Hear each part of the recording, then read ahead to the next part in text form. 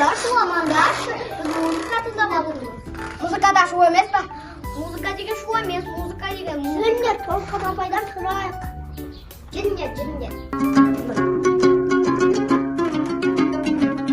Сәлеметсіз бе, апай? Сәлеметсіздер ме балалар? Шу жағымды ма, музыка жағымды ма? Музыка жағымды ма, шу жағымды ма десіңдер ме? Әрине мен оның жауабын білемін. Бірақ та өздерің сол жауапқа жаққа өздерің тапсаңдаршы. Келіңдер, отырыңдар. Бәріміз сол музыка мен шудың қайсысы жағымды екенін білейік.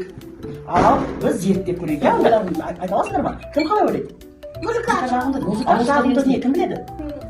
Жоны тыңдан өлең айтамыз, билейміз.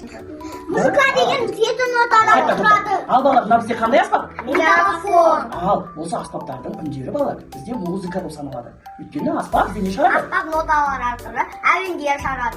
Иә, ал қандай ноталарымызды, жеті нотамызды атап берейік, иә? Кеттік ал. Бастайықшы. До, ре, ми, фа, соль, ля, си, до, си, ля, Соль, фа, ми, ре, до. Жақсы, көреді екен. Әуен шықты. Ал, сол сендерге ұнады ма? Иә. Құлаққа жағымды ма екен? Жағымды. Жарайсыңдар. Демек, бізде музыкалық аспаптардан шыққан дыбыстар, олар қандай екен? Қандай көрінеді? Жағымды деп ойлап дауыстарын салыңдаршы ал. Жаңағы көп дыбыстар болса біз не істейміз? Басымыз ауырма ма? Иә. Құлағымызға жағымды ма, жағымсыз ба? Жағымсыз. Жағымсыз екен. Ал енді әуен аспаптармен әуен орындалғанда не істейміз? Демаламыз. Билейміз. Яғни ол қандай? Жағымды. Құлағымызға біздің. Ал енді балалар, қазір балалар жай дыбыстармен музыкалық дыбыстар. Иә, ал бұл себепке балалар тек музыкалық гүлдерді ғана саламыз. Мына гүлдерде әртүрлі дыбыстар мен әуендер жасалынған. Қазір біз тыңдаймыз, қай гүлде музыка бар, соны себетке саламыз. Егер жай дыбыс болса, шу болса, оны саламыз. Музыка болса, оны себетке апарамыз. Баяғы себетке апарып себет апарамыз. Салды ма? Жақсы, жарайсың. Ал енді келесі музыканы тыңдайық. Иә, тұра дайын.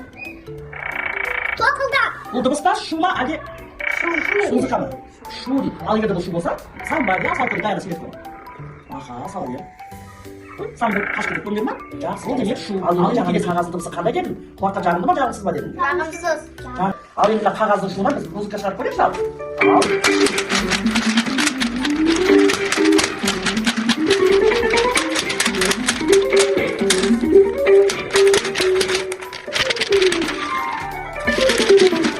Ал енді балалар, жағымсыз шулы дыбыстардан кәдімгі музыкалық дыбыстар жасай алады екенбіз. Соны білесіңдер ма? Иә. Кім біледі? Қалай жасауға болады? Өйткені бір-біріне қосқанда музыка болады. Қалай қосуға болады? Мысалы, мына жерде моншақты қалай қолдана аламыз? Өйткені маркасты ішіне салып, оны сырдырлатып өлеңге жасай аламыз. Қолдан жасауға болады дейсің ғой, иә сонда? Иә. Аха, оны жасай аламыз сонда? Осылардан біз музыкалық аспапта шығарайық. Ал енді балағанда жоқта біз шебер шаңдасқа барайық. Аспаптар және заттар көріп тұрмыз. Қандай заттар? Енді оның ішіне музыка саламыз. Жақсы, жарайсың. Сәкен, сен де қайталап жасай бер, иә? Ал мен Аха. Ал аза, сендер ана бутылканы алыңдар. Иә, сосын бутылкасын алып. Екеуін осы ішіне тастан толтырыңдар. Иә, тастан саламыз. Аха.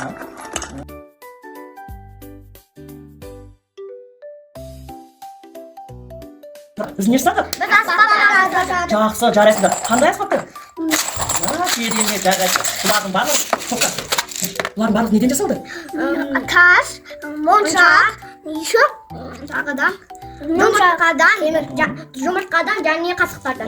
Еще музыкалық аспаптар. Иә, музыкалық. Яғни мұстар балалар жағымды ма, жағымсыз ба? Жағымды. Жағымды. Демек біз бүгін жағымсыз шулы дыбыстардан жағымды музыкалық дыбыстарға айналдырдық, иә? Иә. Ұнады ма сендерге? Иә. Сендер өте тапқыр балалар екенсіңдер. Ал енді сендер тапқырлықтарыңды білдік, көрдік. Енді сендердің өнерлеріңді көрейік.